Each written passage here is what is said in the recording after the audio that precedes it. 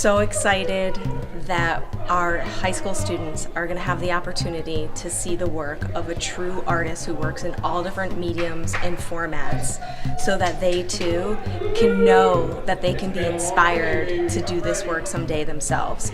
It's a huge opportunity for our district, and Matt Stevens and Vin Donuzzo have completely embraced the idea, and we're also very fortunate to be part of it. Thank you for coming. This is our first show at Gallery 35, which is the new art gallery space at East Haven High School.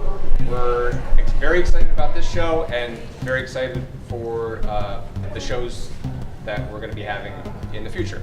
I think we'll have probably 3 or 4 shows a year, one in the fall, one in the winter, and one in the spring. And the idea is to have sort of a leapfrog circulation where the first show is a professional artist, and then the next show is student art. And that way the students can see professional artists in their school environment and talk to them, and they can feel part of the larger arts community, and then the students can exhibit work in the same space. So that's our idea here. I'd like to introduce you to Susan Clinard. She's our first artist. She's originally from Chicago, and she's been here 10 years. 10 years, and has made some pretty substantial roots in the community. And so maybe you want to say a bit about your work. Thank you. Hi. Thank you for having me. I'm honored to be the first artist here. And I have to tell you, Matt, I said, Matt, can I come out and see what the space looks like first? I was a little hesitant, and I came and I checked out this space. I'm like, I'm in. It's beautiful, it's professional, it's elegant, it's quiet, it has a wonderful intimacy. So I've been chipping away at this for about 26 years now. And my voice is deeply connected into our shared human experience. So someone just said, well, you seem to have a social message in much of your work, and it is because I love my fellow humans so much, and I cherish all of what we go through, the pain, joy, our struggles, and oftentimes I will hear, oh, you're so funny and you're so loud, but your work is so serious and sometimes really melancholy. And I think, isn't that life? The joy, the beauty, and the ugly smacking each other all the time. So as you can see, I probably was not diagnosed with ADD early on, but I can't stop trying new materials and new themes and new ways of expressing myself. I will work large, like this waiting room piece, which talks about, the metaphor of waiting. What are we waiting for? Think of yourself in the emergency room. Who's sitting next to you? Why are they here? And you could get existential about it, but I find the theme of a waiting room really, really beautiful. Behind me is the Sandy Hook Memorial I did about a month after the shooting that kind of sent ripples through the community and made a powerful impact to even some of the parents who lost their babies. And I realized after doing this piece the power of art, that art can offer healing, it can offer that feeling inside that makes you want to fight. It's profound, and I'm not a speaker, I'm not prolific, I'm not articulate, but I tell you what, give me a piece of clay and let me tell you a story. And you can just see quite a bit of things I'm dabbling in, and I just won't stop. And I'm the artist in resident at the Eli Whitney Museum in the barn, so you can stop by and see me whenever you want. I literally have hundreds and hundreds of pieces of work. And again, I'm not going to stop anytime soon. I love being here. I love being around young people. I wish that I had more opportunity when I was in high school to have met a professional working artist who would take the time to talk to me. And I'm here, and I'll talk to you at all. You can come visit me in my studio too, students. And I think I'll just open it up to maybe any questions anyone has. Yeah, how old were you when you started doing So I was 19 when I took my first sculpture class, and it was one of those things of like, oh, I get this. Like, this feels really good. I get it. But then I left, and I was a social worker in Chicago for a while, and that burned me out. But you see, here's a great message, young people.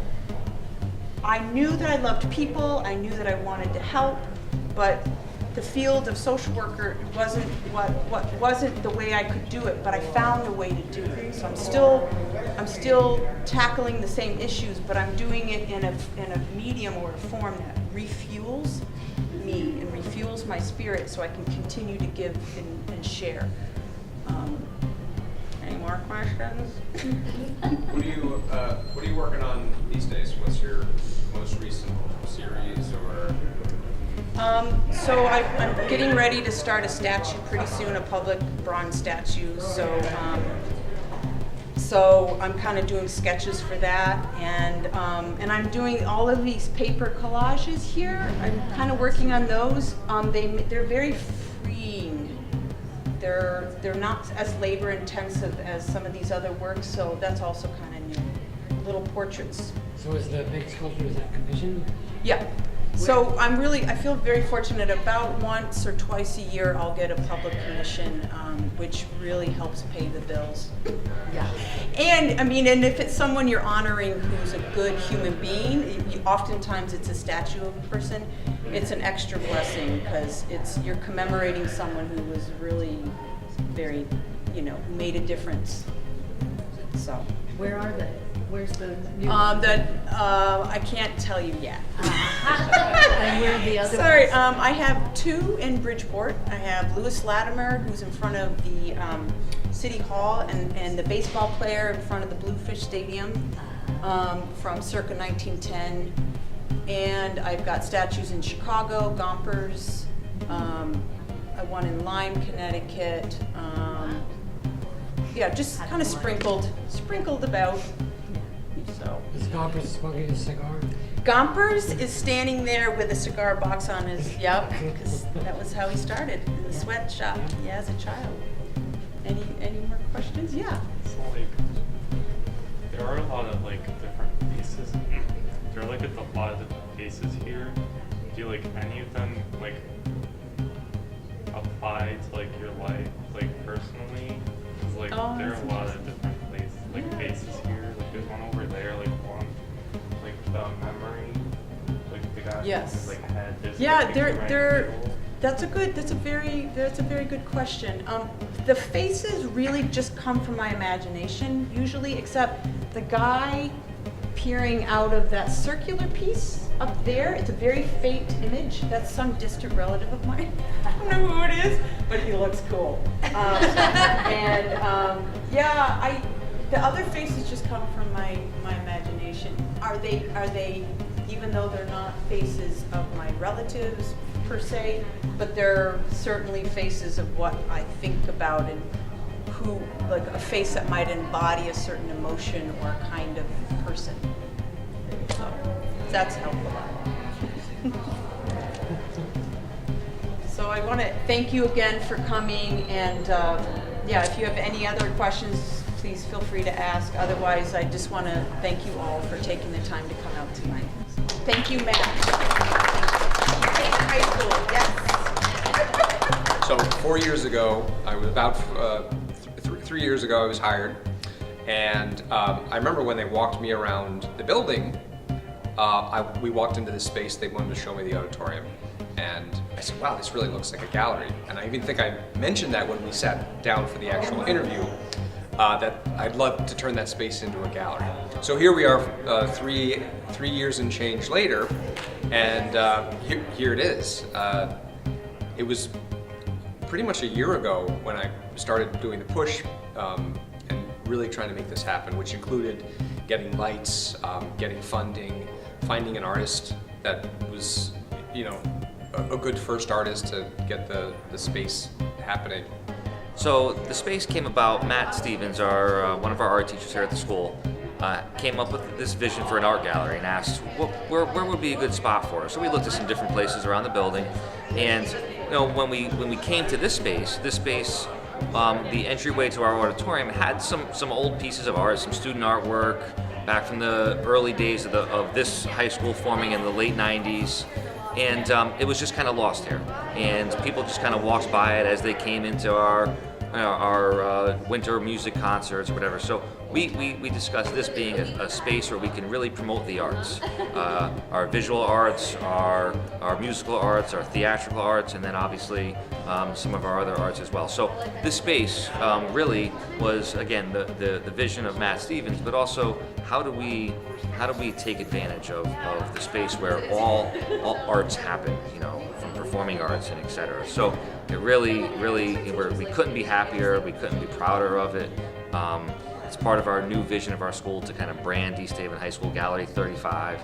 We're just really thrilled to support our arts program, to really enhance the experience of our kids.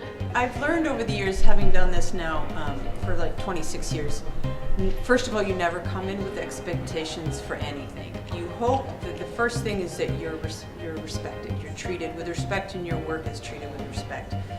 Because artwork is deeply personal.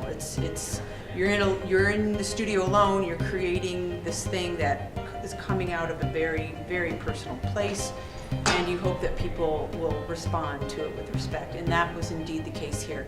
I loved hearing the comments from not just the students, but from the staff. That was great, because there was some comments that were like, well, I never thought about art being like this, and that's awesome. It's great. So I feel very fortunate to be here, and you never know what person's gonna tiptoe in here quietly on their own and just see something and over the next month and a half and take it home with them. And that's important to me too, those intimate connections that are made. I've felt for a very long time how important it is to get my work out in the community, because it's the younger generation certainly that they need to practice seeing work and respond to it and try to see how it might affect them and affect their future work or their narrative. And so being in high schools actually is turned out to be a really powerful part of who I am as an artist.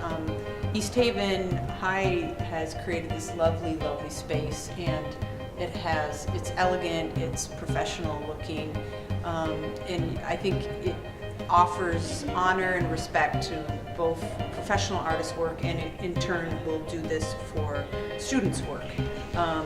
And there's nothing more powerful for an artist to know that you've touched someone in a special way and perhaps even inspired them to do work of their own.